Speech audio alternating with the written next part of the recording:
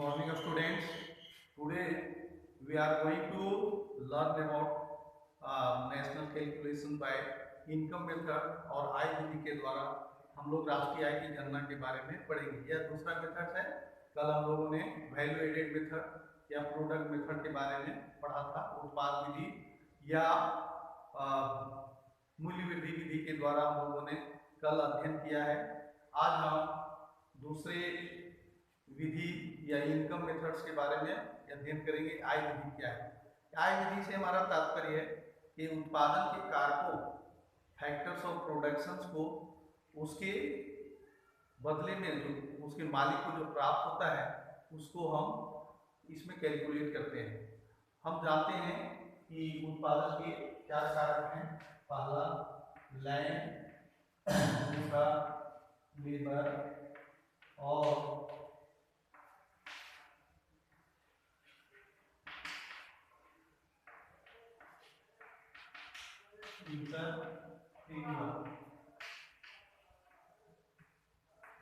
ये उत्पादन के चार कारक हैं। पहला लैंड, दूसरा लेबर, कैपिटल, भूमि, श्रम, पूंजी और उद्यम। ये चार उत्पादन के कारक हैं। चारों कारकों को जो उत्पादन करने में उसके बदले में जो मिलता है, प्राप्त होता है, उसको हम इसमें शामिल करते हैं। तो लैंड को जो प्राप्त होता है वह रेंट होता है।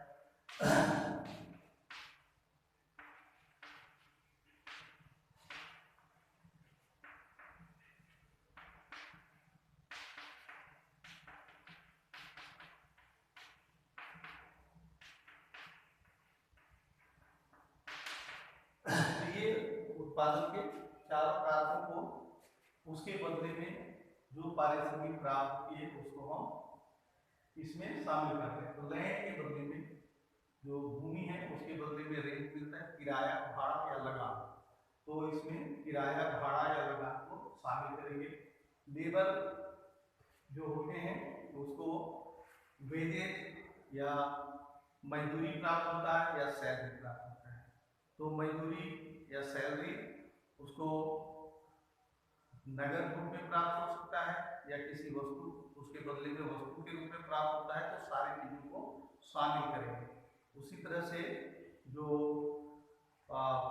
नियोक्ता होते हैं या एम्प्लॉय होते हैं वह सोशल सिक्योरिटी में जो कंट्रीब्यूशंस देते हैं उसको भी शामिल करते हैं।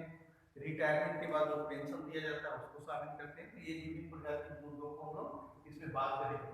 कैपिटल के बदले में इंटरेस्ट या ब्याज प्राप्त होता है और इंटरप्रेन्योर्स को प्रॉफिट प्राप्त होता है। तो ये सब चारों चीज़ों को हम लोग इसमें शामिल करेंगे। तो जो जो चीज़ें नेशनल इनकम के इनकम मेथड में शामिल होते हैं उसको एक एक करके अध्ययन करते हैं। तो इनकम मेथड से नेशनल इनकम का कैलकुलेशन क्या है कि calculation of national income by income method is that process in which the factors of productions received the wages, salary, rent or interest and profits is called the national income by income method. Again, so we will see that what we will include in this one, national income. तो national income के calculation में आय विधि में तो चीजों को हम लोग शामिल करते जाएंगे, उसको एक एक करके देखते हैं। इसमें नेशनल इनकम बराबर सबसे पहले वेजेज प्लस सैलरी, ये चीजों को हम लोग इसमें शामिल करेंगे।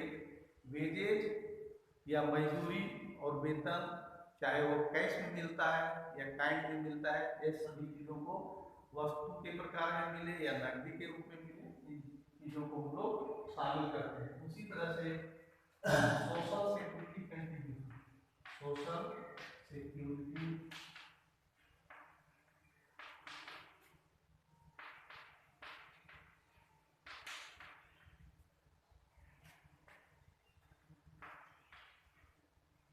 By employer. एम्प्लॉयर ने जो सोशल सिक्योरिटी जैसे पीपीएफ है, पीएलआई है या इंश्योरेंस का प्रीमियम है। यदि उसके नियोक्ता किसी प्रकार का सोशल सिक्योरिटी में एम्प्लॉय के बदले में कंट्रीब्यूट करता है तो भी इसको हम लोग शामिल करते हैं। उसके अलावा जो रिटायरमेंट पेंशन है, कोई व्यक्ति जो रिटायर हो गया है और उसको पेंशन प्राप्त होता है तो भी इसको हम लोग इसमें शामिल करेंगे। तो रिटायरमेंट पेंशन को हम लोग शामिल इसमें करते हैं। लेकिन ध्यान देने की बात है कि ओल्ड एज पेंशन को यहाँ आप शामिल नहीं करेंगे। Old age pension national income के कंट्रीब्यूशन में उसका कोई योगदान नहीं होता है, अर्थात वस्तुओं के उत्पादन में, प्रोडक्शंस में उसका किसी प्रकार का योगदान नहीं होता है। इसलिए ओल्ड एज पेंशन और विभिन्न दूसरे प्रकार के स्कॉलरशिप वगैरह को इसमें हम शामिल नहीं करेंगे। लेकिन जो व्यक्ति किसी काम से रिटायर हुआ है, सर्विस से रिटायर हुआ है और यदि उसको किसी प्रकार का पेंशन प्राप्त हो रहा है तो उसको हम नेशनल इनकम में शामिल करेंगे।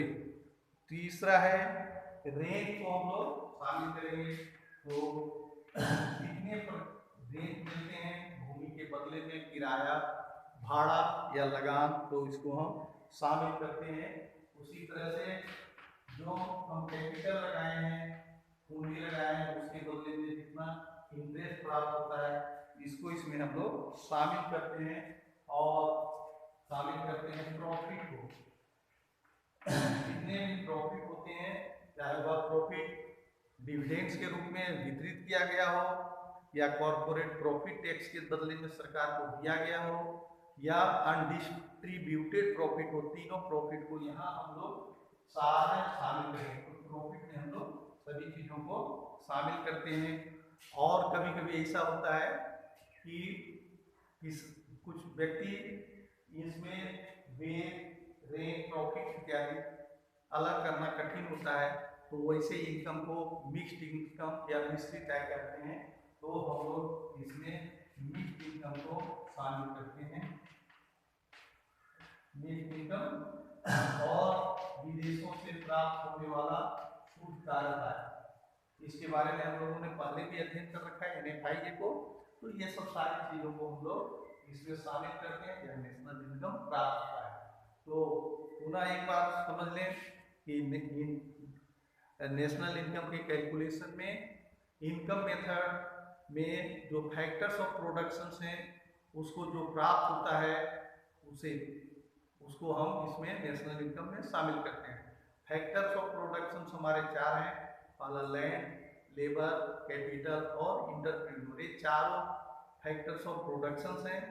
लैंड के बदले में रेंट प्राप्त होता है, किराया या भाड़ा या लगान प्राप्त होता है, इसको हम शामिल करते हैं। लेबर के बदले में वेजेज या सैलरी प्राप्त होता है।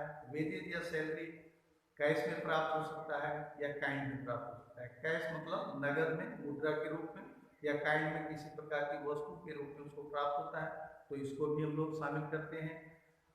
उसी तरह से सोशल सिक्योरिटी है, जैसे PPF है, CPF है या PLI है या इंश्योरेंस है, जो बुढ़ापे में लोगों के सहारा होते हैं या आकस्मिक दुर्घटना होने पर लोगों को सहायता करते हैं। इसमें यदि एम्प्लॉयर्स किसी प्रकार का कंट्रीब्यूशन देता है तो उसको नेशनल इनकम में शामिल करते हैं।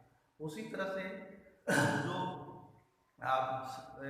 लेबर्स हैं, यदि वह किसी कार्य से रिटायर हो गए, उसको पेंशन प्राप्त हो रहा है, तो उस पेंशन को, रिटायरमेंट पेंशन को हम लोग इसमें नेशनल इनकम में शामिल करेंगे। लेकिन यहाँ विद्यार्थियों एक ध्यान देने की बात है कि यदि ओल्ड एज पेंशन या विडो पेंशन, वृद्धा पेंशन या विधवा पेंशन या बच्चों का स्कॉलरशिप या किसी दूसरे प्रकार की चीज़ें प्राप्त हो रही है, तो उन चीज़ों को हम नेशनल इनकम में शामिल नहीं करेंगे, कारण कि इन चीज़ों के बदले में राष्ट्रीय उत्पादन में किसी प्रकार का सहयोग नहीं होता है। इसलिए old age pension, window pension, scholarship इत्यादि को हम लोग शामिल नहीं करेंगे।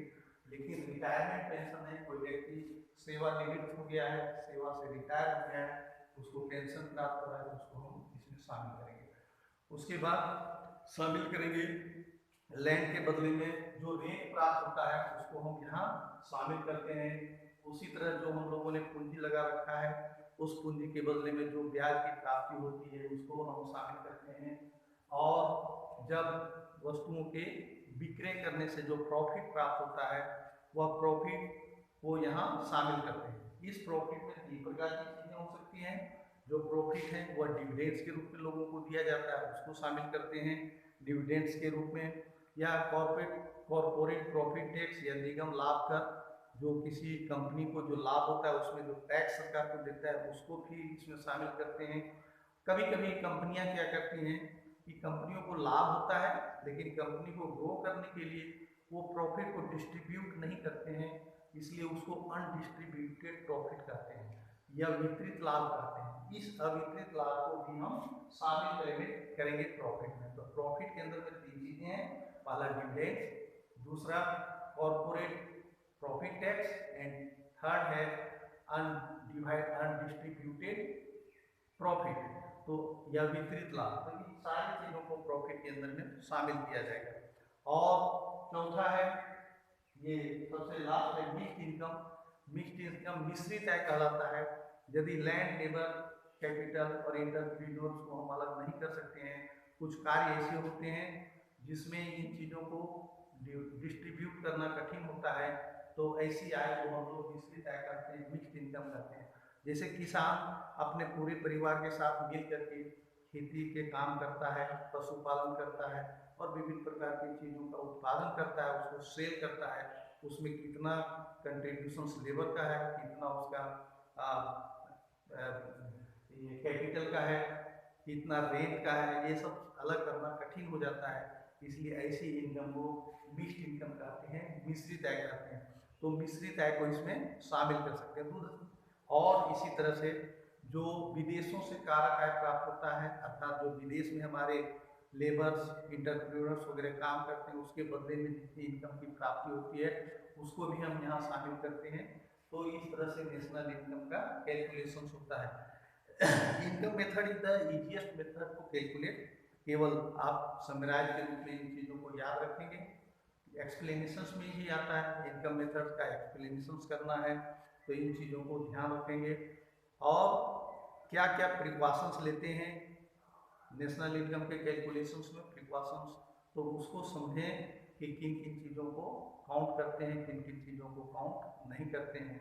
तो ये बच्चों नेशनल इनकम के कैलकुलेशंस में इनकम मेथड्स के जितने ये कैलकुलेशंस हैं, जितने भी आपके बुक्स में, एग्जाम आइडिया में और दूसरे प्रकार की किताबों में, टेक्स्ट बुक में जो दिए हैं उसको सॉल्व करने का प्रयास करें और अभी से सॉल्व करना शुरू करें, जिससे आपका तैयार एग्जाम्स की तैयारी होती रहेगी। और अब आप इस वीडियो को देखें, समझ में आता है और नहीं आता है, किसी प्रकार की समस्या होती है तो व्हाट्सएप पर लिखें या पर्सनल नंबर पर कॉल करें। धन्यवाद।